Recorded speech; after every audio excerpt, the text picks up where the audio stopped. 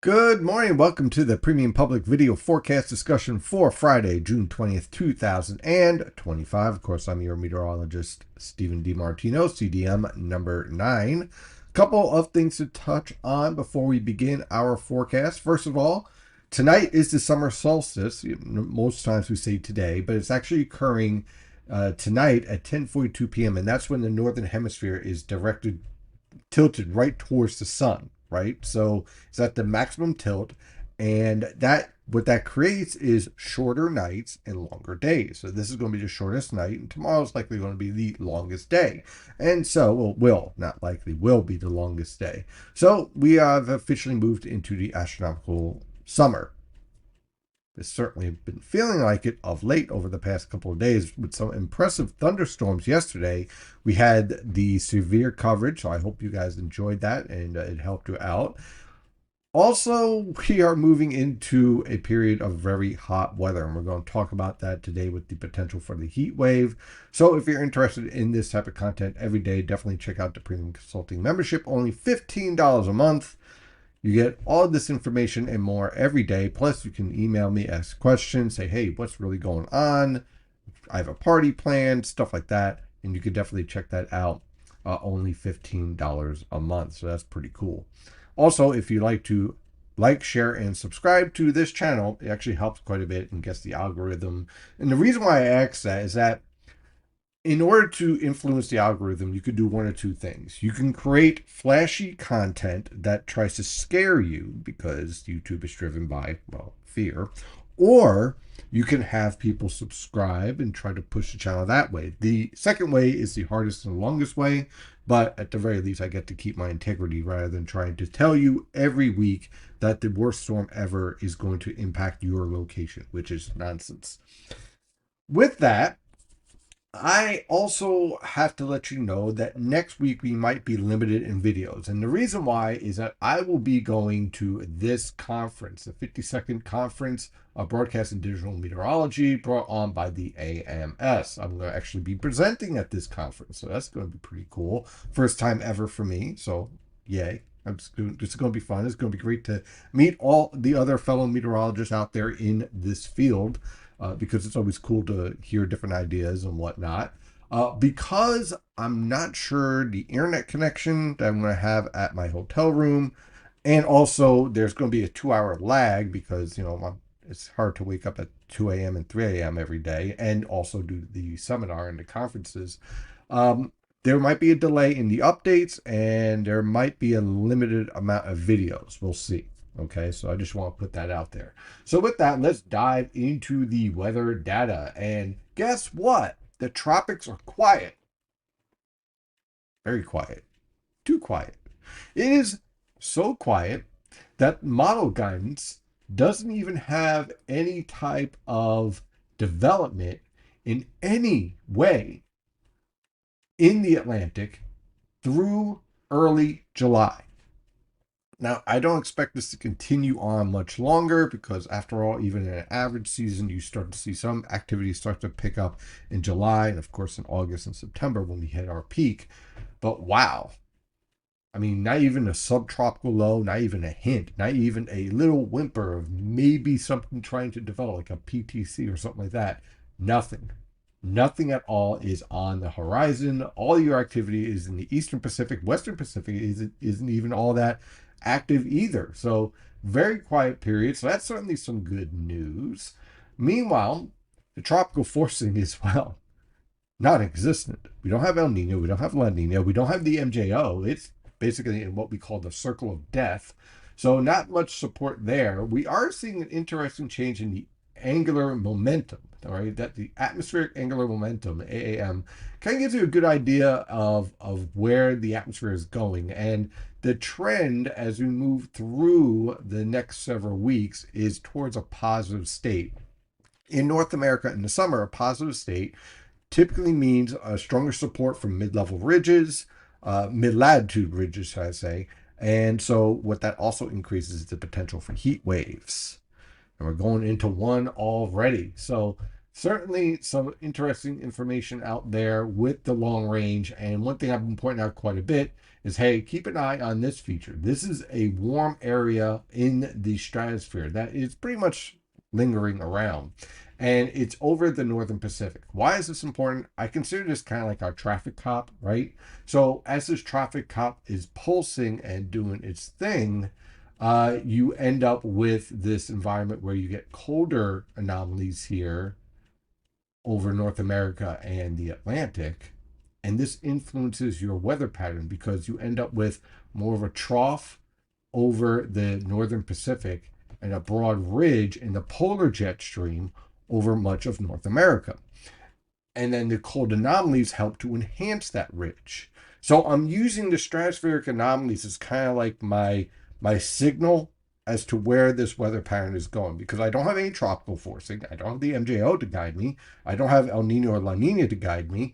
So, and the SOI is very, very weak as well. So without tropical forcing, you have to look for other parameters here. What are we looking for? So we look at mountain torque, we look at the stratospheric environment, we look at the fact that the QBO is going from a westerly state to an easterly state, and these factors all point to hot times are on the way.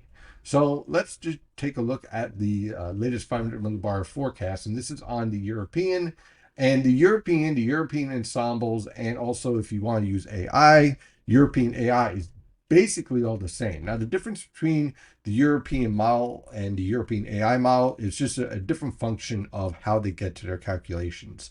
The European model is basically run by meteorological equations and also model data, and should I say observations. So it's kind of like the core pure meteorology.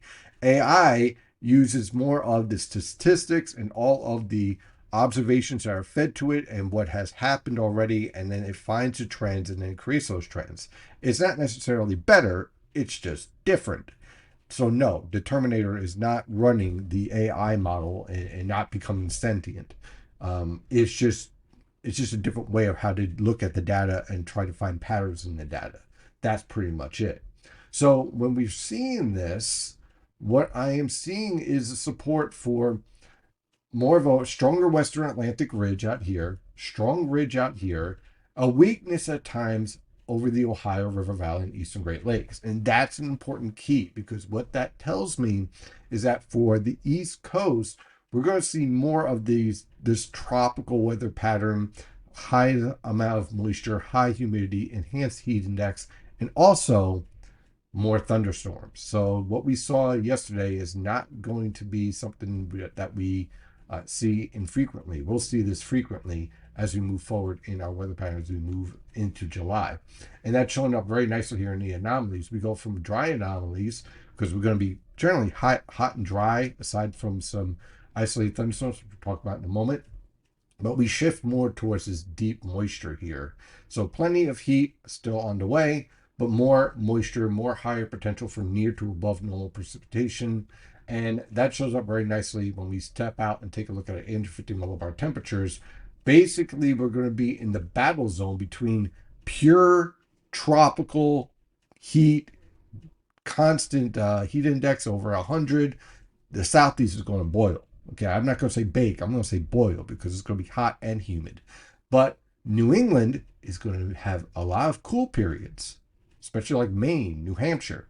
And we're caught in the middle, basically swinging between at times a little shot of polar air, drier conditions, even a maritime air mass, and then we shift right back into our tropical air mass. And in the meantime, we're going to have plenty of moisture to work with. So as these frontal boundaries hanging around, they're going to be capable of some pretty impressive thunderstorms. So I don't see any potential for a drought. So that's certainly good. That's the overall theme. Now let's take a look at some of the smaller factors. Now, currently, right now, observations show the cold front has pushed off the coast. We have northwesterly winds, and we have temperatures ranging from the mid to upper 60s over the northern interior, lower to mid 70s along the coast. As you can see, the radar from WeatherTap is dry and quiet, not much going on there.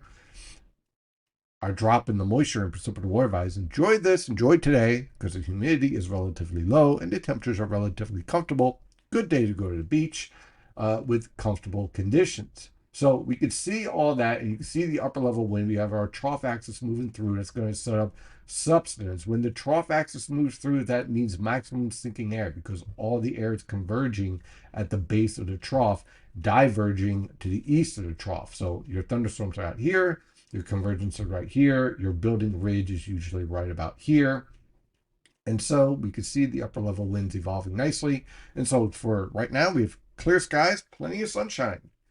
So that's certainly some nice changes to our weather pattern, right? More sun.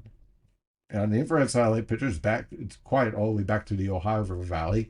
But you can see trouble is brewing back here. And also, when you take a look at the water vapor satellite picture, there's our dry air. There's our trough axis. Notice we're starting to get a work back here.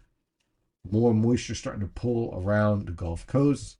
You have your broad trough that is getting ready to exit, and your ridge is starting to take hold. And that is going to be the theme. Let's jump to 500 millibar PVA over the next couple of days. Is our ridge axis building and sustaining itself and remaining in place through Wednesday until we get this little shortwave up here in the polar jet stream trying to drop through.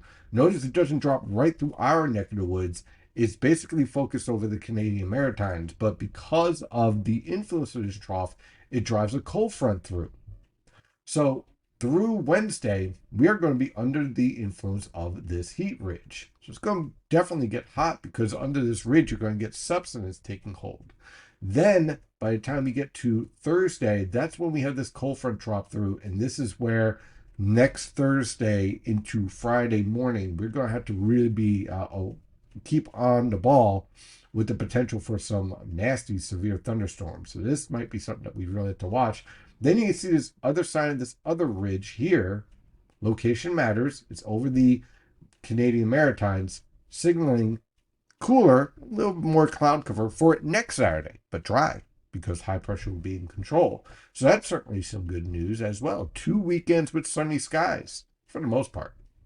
Now, while this is all evolving, you can see through the mid part of next week, we have plenty of moisture in the atmosphere. Okay. But at 700 millibars, it's relatively dry. So what does this mean? That means all of your deep moisture that you're seeing with the precipitable water values pushing close to 2 inches, that's on your lower levels. That's below 850 millibars. That means it's down where we are, which means it's going to be humid. So you have plenty of humidity, and then you have your 850 millibar temperatures around 20 to 24 degrees Celsius. That is what you call boiling. And this is how you get close to 100 degrees, maybe breaking 100 degrees in a few locations, and a heat index definitely over 100 degrees. But is there any sign of relief? Well, let's take a look at, first of all, you can see all this cape here. So we have plenty of instability in the atmosphere, right?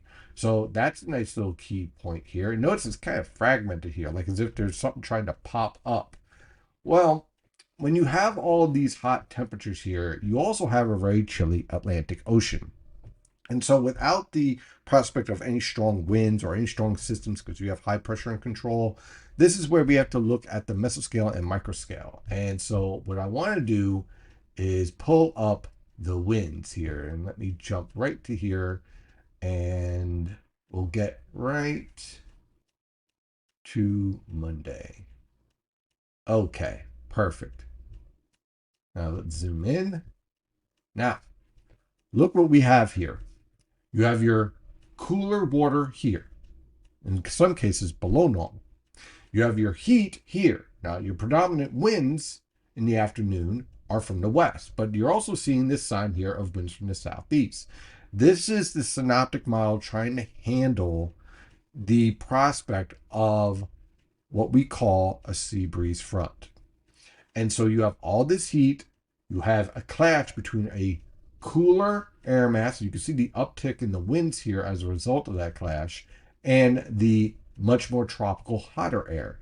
And so what I'm concerned about right along the coast here and throughout Long Island during this heat wave is like each afternoon, we have to watch to see whether this sea breeze front is strong enough to basically create a trigger to support thunderstorms, and then the outflow boundaries from those thunderstorms producing other thunderstorms further inland. And because we have so much moisture to work with, and because of the instability And because the winds are so light, these thunderstorms will have the potential, and they're very hard to forecast, for the potential for very heavy torrential downpours, frequent lightning, maybe even a little bit of hail, certainly downburst wind gusts or wind damage, and they won't move all that much. So you can end up with one thunderstorm producing significant rainfall, 2-3 inches of rain, which is very difficult to forecast where that's going to happen.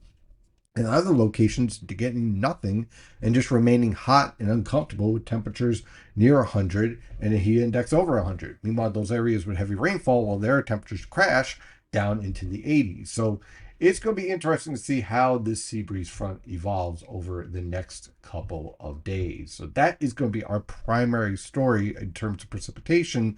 The other story will be the intense heat. And let me tell you guys something.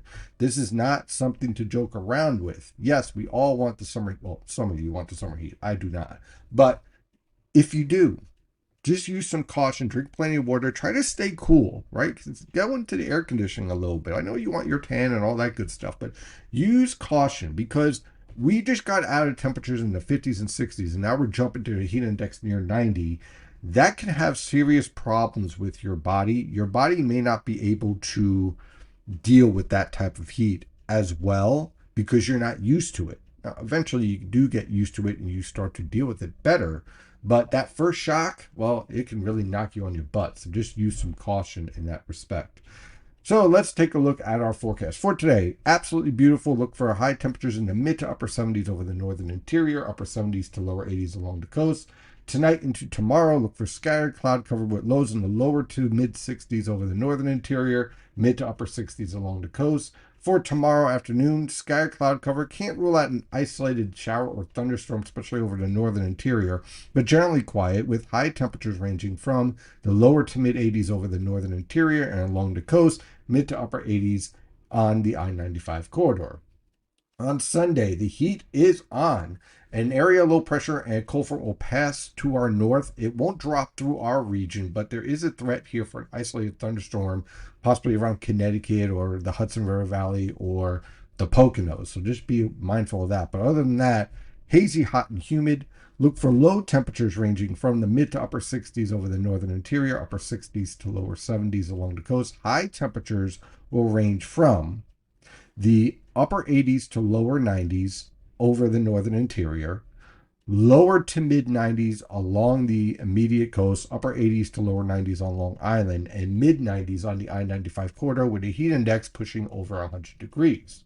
On Monday, Tuesday, and Wednesday, high pressure will be in complete control with steamy, uncomfortable conditions.